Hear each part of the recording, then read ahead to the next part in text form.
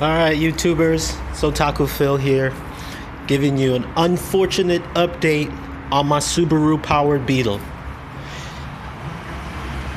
Despite, well, I can't even say my best efforts, there was nothing I could have really done. My damn head gasket blew on the Subaru motor.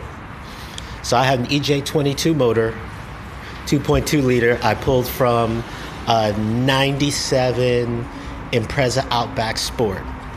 It actually ran for, I'd say, almost 2 years. Yeah, it ran for almost 2 years. When I bought the motor, it had almost 170,000 miles on it, which I'm actually surprised that it made it that long, but apparently these things are known to go bad anywhere from 100 up to 150,000 miles. So when I look back at it in hindsight, it was probably blown from day one. They were just small problems that I didn't equate because they were so intermittent. All right, so here's my baby, my poor blown baby. So what happened is basically some time ago I was having some cooling issues, and what I felt was probably just an issue of trying to bleed it was actually already a blown head. I was having issues where I would actually I have an expansion bottle here that I run from my heater lines, and first and foremost issue came up. I would get overheating. I would unscrew the top, see here, the top of the damn expansion bottle, and I'd get air coming through it. I'd get that compressed air sound, that. And once I did that, the motor started acting normal. After doing a little research, I found that, because after looking at it, I noticed I had a freaking leak on the right-hand side. For some reason, so I guess on the driver's side of where the motor would be, but on the right-hand side or the passenger side of the Beetle, I was getting a leak underneath my fuel pump. It was a really minor leak. I thought maybe it was just bad water pump. It was a really minor leak. It even went away when the car would heat up, and that made me think that maybe just the water pump was bad. So I had replaced the water pump seal, and it was running okay. You know, I for a few months, I wasn't having any leaks or any issues. The system seemed to be running all right. I put in a little bit of the radiator sealer or whatever, and it seemed to be running all right, no leaks. And then this past few months, it'd been increasingly getting worse. I was losing fluid through the leak came back, and turns out that by that time, my head gasket had been blown, but it was just very slightly.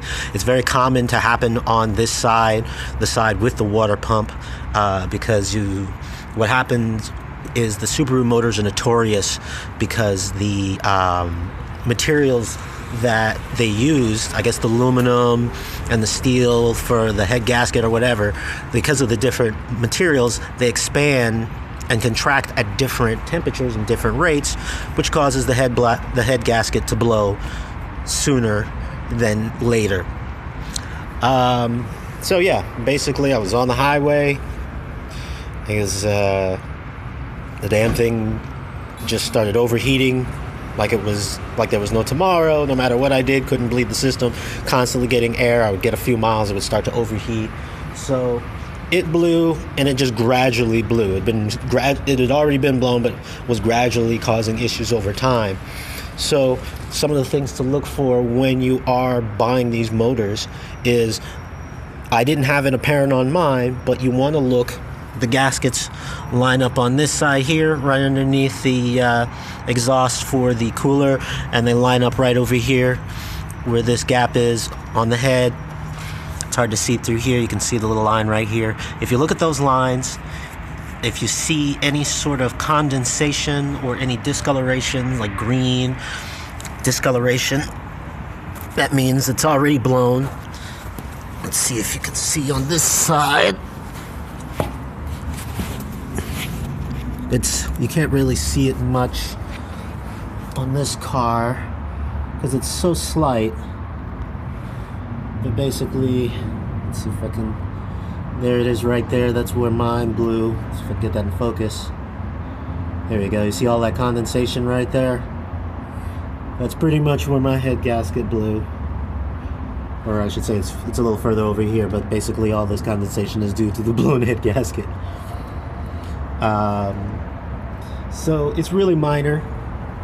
Or I should say it's really small thing to look for, but it could be big issues. So now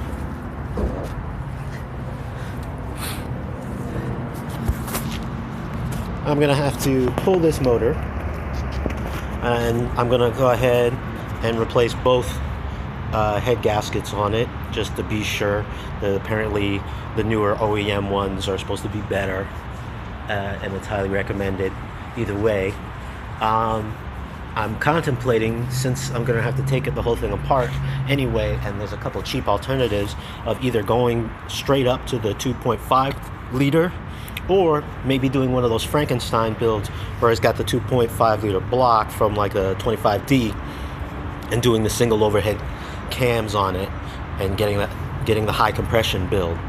What's cool is if you do the hybrid build, you can keep the same intake and exhaust and all that good stuff. You're just changing out the larger bored out block, which is pretty neat, and it's supposed to produce a good amount of power.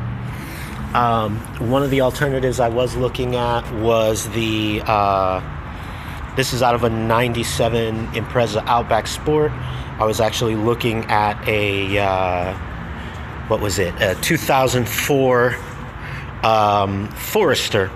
It was the 2.5 XS, I think it was. The XS comes with, I believe, the 2.5, the EJ 2.55, which is like the newer, slightly higher performance 2.5 liter motor that's supposed to be stock at around 175 horsepower, where the stock EJ22 is, I believe, around 135 or 140 horsepower. So it'd be a nice performance gain, but the only issue is if I go that route, then I am going to have to redo some wiring. But since I have pretty much everything set up already, I got all the kit, and it just take me a little time to do the wiring. That might have to happen. So I'll keep you guys updated. When I pull this motor out, I'll make sure to throw some videos on there and show you guys if I do decide just to replace the head or decide to replace the block. I did get a little bit of knocking, so that this block is probably toast, or at least a few bearings are probably toast in it. So if you guys have any questions, just keep an eye when you're getting those motors. If you're buying a motor really cheap, or you're getting a car real cheap, like I got my whole car for $300, it might just be a good idea when you pull the motor, just go ahead and replace those head gaskets, replace the main seal in the back, replace the water pump, put the new timing belt on, that stuff. I should have done that, but hindsight. But that stuff is not so bad when you have it off of the car. I mean, I have friends who are helping me do it, and the whole process, even if you're paying someone else to do it, can be as little as $600 or even less.